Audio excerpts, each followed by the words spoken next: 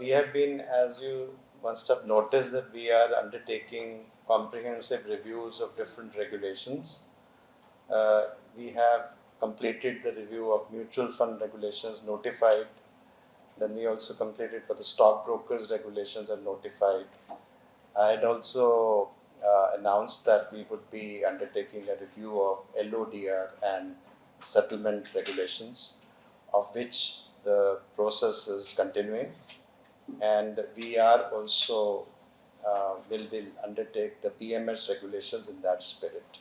This regulation was 2020 regulations, and in between, after 6 years, we have find that there are certain things which need to be rationalized, and based on industry and investors' feedback, we would be proposing. After that, as usual, we will have a consultation paper and you will get to know the scope of the regulatory changes. Is there any consultation on changing the ticket size? Because right now, your SIFs have been introduced, so PMS will be and is there any deliberation on changing the ticket size for this product?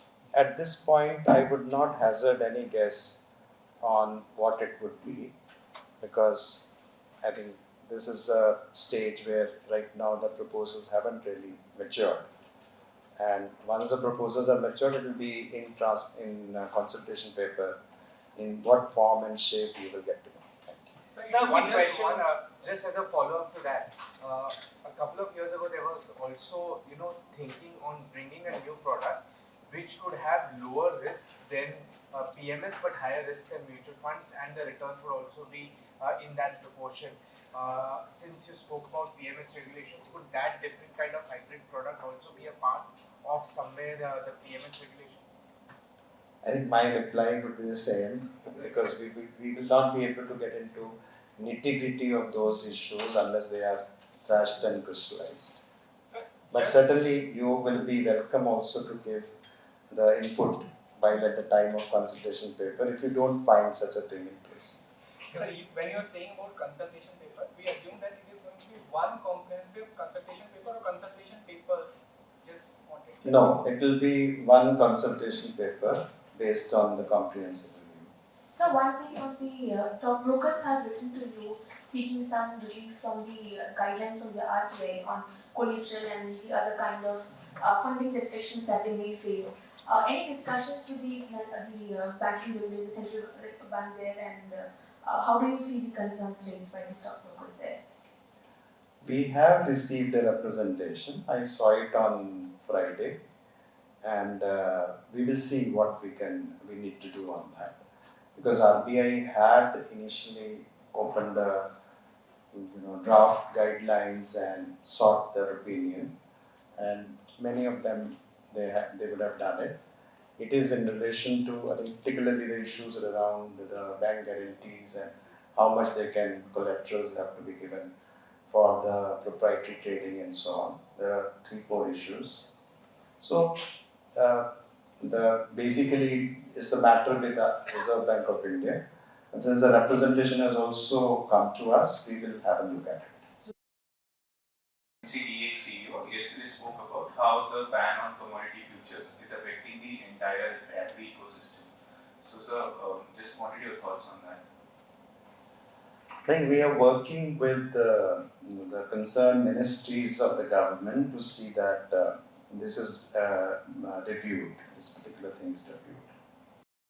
So AI tools are being increasingly used by us, and I think almost everyone will be also using it. In terms of,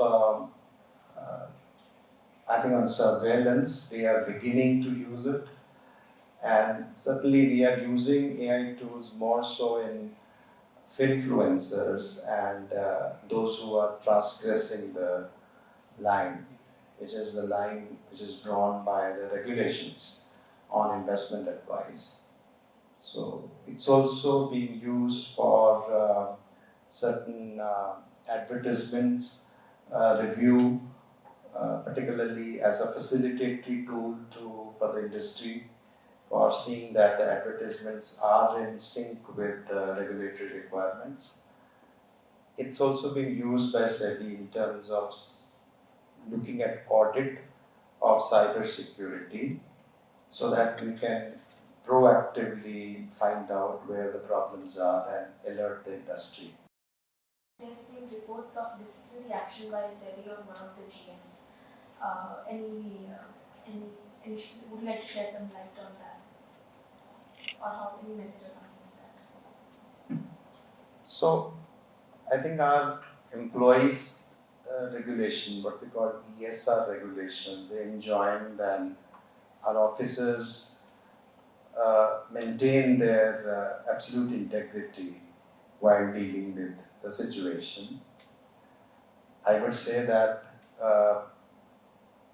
vast majority of SEBI officials are very strong on ethics and they do their duty well.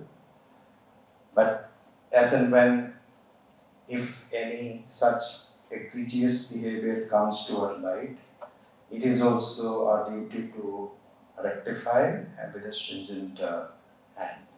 As much as we externally, we are expected to provide that integrity, we will have to also maintain that integrity ourselves within.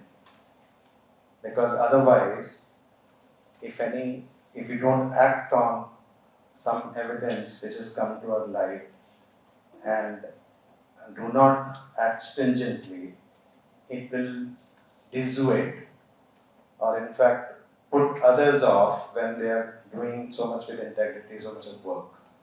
So for their own peers, it's important that if there is any such case, we'll get to the bottom of it. But we do have whole system in place to see that due opportunity is given, natural justice is given, then there is a proper charges have to be framed and the officers will have a right to reply. But nevertheless, the initial stage, the evidence was egregious enough for us to act.